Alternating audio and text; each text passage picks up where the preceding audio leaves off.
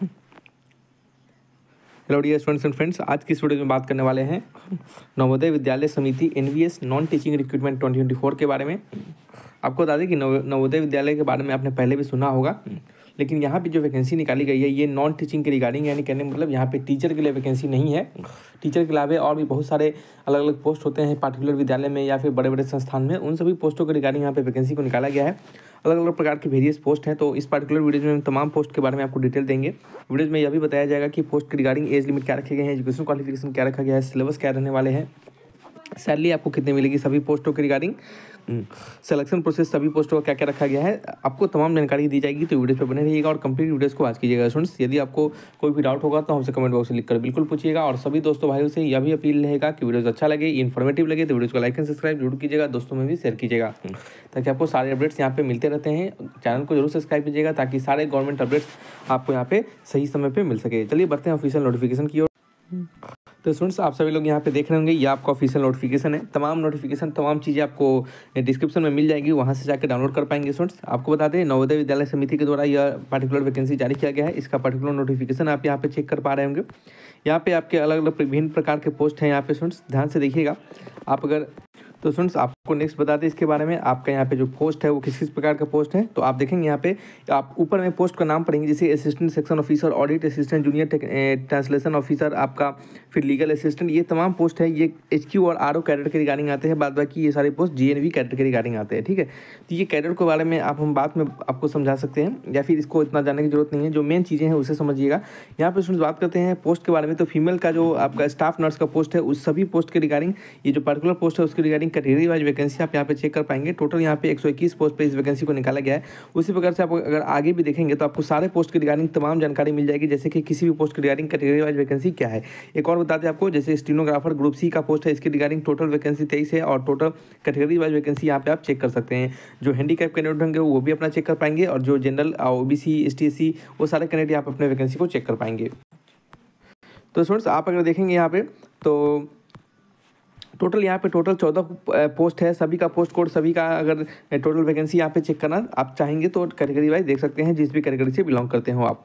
Students, आगे बढ़ते हैं, बताते हैं आपको बचे हुए जानकारी के बारे में, जैसे कि आपका सभी पोस्ट के रिगार्डिंग एजुकेशन क्वालिफिकेशन क्या रहने वाले हैं, उसके रिगार्डिंग कुछ डिजायरेबल क्वालिफिकेशन क्या रखा गया है, उन सभी के रिगार्डिंग एज लिमिट क्या रखने वाले हैं, वो सभी चीज़ आपको यहाँ पे बताई जाएगी। तो ध्यान से सुनते चलिएगा। स्टूडेंट्स, आपको बता दें जैसे कि एक पोस्ट है फीमेल स्टाफ नर्स, जो कि पोस्ट कोड 1 है। इसके रिगार्डिंग एजुकेशन क्वालिफिकेशन में सिंपल समझिएगा, आपको BSc ऑनर्स होना चाहिए किसी भी यूनिवर्सिटी से, या फिर रेगुलर कोर्स होना चाहिए BSc नर्सिंग का, या फिर आपके पास पोस्ट BSc नर्सिंग हो और आप रजिस्टर किए हो अपने आप को नर्स एज ए मिडवाइफ इन किसी भी नर्सिंग और स्टेट काउंसिल में, या आप और इसके साथ साथ 2.5 ईयर का आपके पास एक्सपीरियंस होना चाहिए 50 बेडेड हॉस्पिटल में, तो आप इसके लिए एलिजिबल हैं। इनमें से कोई भी एक रहेगा, ऐसा नहीं है कि सभी होना चाहिए, कोई भी एक रहेगा तो आप इसके लिए एलिजिबल माने जाएंगे। स्टूडेंट्स, यहाँ पे डिजायरेबल क्वालिफिकेशन में सिंपल आपको हिंदी का ओरिजिनल लैंग्वेज का नॉलेज होना चाहिए, साथ ही साथ इंग्लिश का भी नॉलेज होना चाहिए। स्टूडेंट्स, इस तरह से आप अगर नेक्स्ट बात देखना चाहेंगे तो आप यहाँ पे बात करते हैं दूसरा पोस्ट असिस्टेंट सेक्शन ऑफिसर का। इसके रिगार्डिंग सिंपल बैचलर डिग्री मांगा गया है किसी भी यूनिवर्सिटी से, और 3 ईयर का एक्सपीरियंस है, और बिटवीन 23 से 33 ईयर का है। स्टूडेंट्स, सभी पोस्ट के लिए एक्सपीरियंस नहीं है, जैसे ऑडिट ऑफिसर का यहाँ भी एक्सपीरियंस मांगा गया, लेकिन कुछ ऐसे भी पोस्ट है जिसमें एक्सपीरियंस नहीं मांगा गया। स्टूडेंट्स, आपको जैसे बताते हैं यहाँ पे अगर देखेंगे, ये पोस्ट है आपका लीगल असिस्टेंट का, इसमें आपको लॉ का डिग्री होना चाहिए, 3 ईयर का एक्सपीरियंस होना चाहिए। नेक्स्ट बात करते हैं जैसे कंप्यूटर ऑपरेटर के बारे में बात करते हैं। यहाँ पे आपको BE BTech का कंप्यूटर साइंस और IT में अगर आपके पास क्वालिफिकेशन है, या फिर आपने BSc किया है या फिर BCA किया है कंप्यूटर साइंस और IT में, तो यहाँ पे एलिजिबल है आप इसके लिए। 18 से 30 ईयर का एज लिमिट है यहाँ पे। और कोई देख सकते हैं स्टूडेंट्स, यहाँ पे कोई एजुकेशन आपका जो कह सकते हैं कि जो एक्सपीरियंस है वो नहीं मांगा गया। इस प्रकार से तमाम बहुत सारे पोस्ट है जिसमें कोई एक्सपीरियंस देने की जरूरत नहीं है। स्टूडेंट्स, ठीक है। नेक्स्ट बात करते हैं इसके रिगार्डिंग स्टूडेंट्स की, आपका यहाँ पे सिलेक्शन प्रोसेस जो है वो कैसे रहने वाला है उसे समझ लीजिएगा। तो सभी पोस्टों के रिगार्डिंग यहाँ पे सिलेक्शन प्रोसेस अलग अलग दर्शाए गए हैं। स्टूडेंट्स, ध्यान से पढ़िएगा, हम आपको एक बता देते हैं, आप नीचे जाकर सारे पोस्ट को चेक कर पाएंगे। स्टूडेंट्स, पहला पोस्ट है जैसे कि हमारा फीमेल स्टाफ नर्स के रिगार्डिंग था। इसके रिगार्डिंग आपका यहाँ पे रिटन एग्जामिनेशन के आधार पे आपका सिलेक्शन होगा। स्टूडेंट्स, रिटन एग्जामिनेशन में क्या क्या सिलेबस पूछे जाएंगे उसे समझिएगा। टोटल 120 प्रश्न होंगे 120 नंबर के, और इसके रिगार्डिंग स्टूडेंट्स 2.5 घंटे का समय दिया जाएगा। और पार्ट 1, पार्ट 2, पार्ट 3, पार्ट 4 करके आपके सब्जेक्ट होंगे। जैसे सब्जेक्ट नॉलेज होंगे, सब्जेक्ट नॉलेज का मतलब आपने नर्स के दौरान एकेडमिक के दौरान जो पढ़ा होगा उसके रिगार्डिंग होगा question. General ability, general awareness, language competency related प्रश्न होंगे। स्टूडेंट्स, इस तरह बात करते हैं अगर for the post of junior translator का, इसके रिगार्डिंग सिंपल आपके पास इन रिटन एग्जामिनेशन के आधार पर यहाँ पे आपका सिलेक्शन होगा।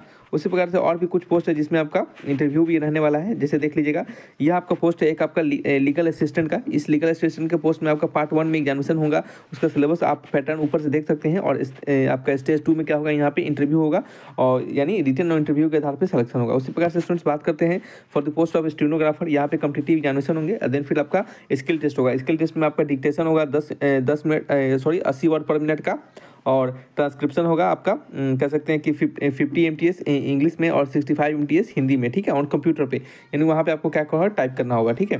उसी प्रकार से सारे पोस्ट के रिगार्डिंग एजुकेशन क्वालिफिकेशन आप चेक कर पाएंगे। बिल्कुल तमाम चीज़ें यहाँ पे दे दी गई है, आप स्टूडेंट्स आप देख पाएंगे। जिससे मल्टीटास्किंग स्टाफ है उसका यहाँ पे रिटन एग्जामिनेशन के बेसिस पे सिलेक्शन होगा। 100 क्वेश्चन होंगे, 100 मार्क्स से 2 घंटे का पेपर होगा। आप चेक कर पाएंगे सिलेबस को यहाँ पे, ठीक है स्टूडेंट। तो इस प्रकार से आपका सिलेक्शन होने वाला है, जो कि आपको समझ में आ चुका होगा। फॉर्म फी भरने का बात कर ले हम, तो फीमेल स्टाफ के लिए आपका 1500 रुपये का फीस लगने वाला है, और बाद बाकी जितने सारे पोस्ट है उसके रिगार्डिंग 1000 रुपये का फीस लगने वाला है जनरल OBC EWS के लिए। और ST SC के बारे में बात करें तो पहला सिविल स्टाफ के लिए 500 रुपये का फीस लगेगा, और बचे हुए इतने पोस्ट के लिए आपको 500 रुपये का फीस लगेगा, ठीक है स्टूडेंट्स। तो ये क्या है इसके रिगार्डिंग सिलेक्शन प्रोसेस है। स्टूडेंट्स आपके सैलरी स्ट्रक्चर के बारे में बात करें, तमाम अलग अलग पोस्ट है, सभी पोस्ट के रिगार्डिंग अलग अलग स्ट्रक्चर है सैलरी का, और उनका सभी का अलग अलग काम है। स्टूडेंट्स सैलरी स्ट्रक्चर के बारे में बात करते हैं, एक आपको समझाते हैं ताकि आप सभी को देख के समझ सके। स्टूडेंट्स फीमेल नर्सिंग स्टाफ एक पोस्ट है यहाँ पे, जिसका लेवल 7 का सैलरी है 44,900 से लेकर 1,42,000 के बीच में सैलरी है स्टूडेंट्स।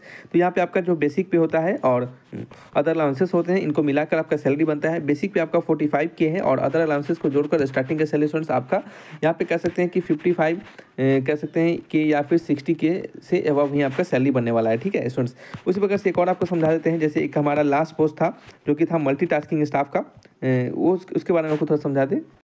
स्टूडेंट देखेंगे मेस हेल्पर का लेवल 1 का सैलरी होता है, जो कि आपका स्टार्टिंग का जो बेसिक पे होगा वो 18K होगा, प्लस इसमें अदर अलाउंसेस दिए जाएंगे।